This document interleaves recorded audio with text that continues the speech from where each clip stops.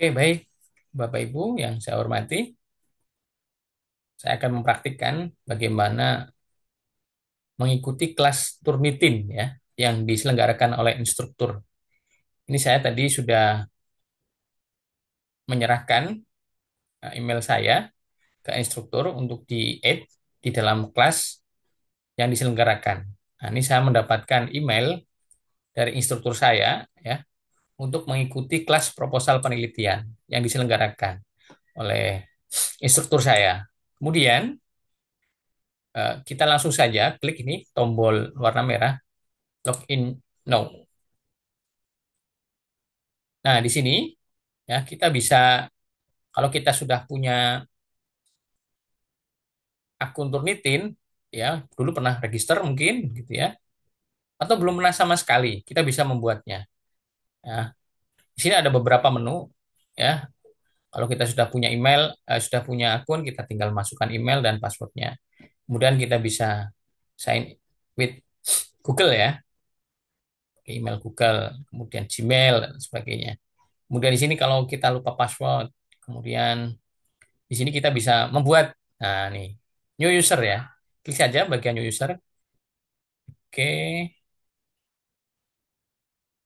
oke. Di sini kita akan memilih user sebagai student ya, kita sebagai student. Ya, student kita pilih aja student. Kemudian, nah class ID, masukkan class ID. Biasanya class ID ini diberikan oleh instruktur kepada kita. Ya, masukkan saja, misalnya saya ngarang saja begitu. Disesuaikan class ID-nya masing-masing ya yang dibagikan oleh instruktur. Kemudian class enrollment key ya. Apa nih eh, kata kuncinya apa? Misalnya UIN Siber misalnya. Kemudian user informasi ya, informasi penggunanya. Siapa nama Anda ya? First name misalnya Chip. Kemudian oke, ini biarin aja ini yang atas first name-nya. Kemudian emailnya kita tuliskan saja email yang digunakan ya, email yang digunakan. Hanya ini. Nah, ini diulangi ya. Kemudian di sini kita harus memasukkan password. Kita copy saja. Oke, harus sama ya. Email yang di atas dengan email yang di bawah. Email masing-masing Bapak Ibu ya. Kemudian di sini kita harus membuat password dan keamanan. Jadi di sini minimal 12 karakter, ada huruf besar, kapital ya, ada huruf kecilnya.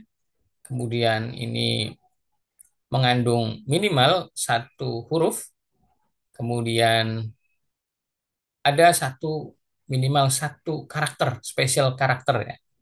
Mau misalnya di sini ada tanda seru, ada add gitu ya, ada tagar dan lain sebagainya. Kemudian masukkan passwordnya. Nah, sebaiknya disimpan ya passwordnya Bapak Ibu, ditulis dulu di kertas gitu. Ada huruf kapital, huruf kecil, ada angka minimal satu gitu ya. Kemudian ada spesial karakter ya. Dan jumlah minimumnya ada 12 karakter total ya. Kemudian confirm password. Kemudian eh, di sini ada pertanyaan rahasia. Nah, kalau kita lupa password, biasanya kita akan ditanya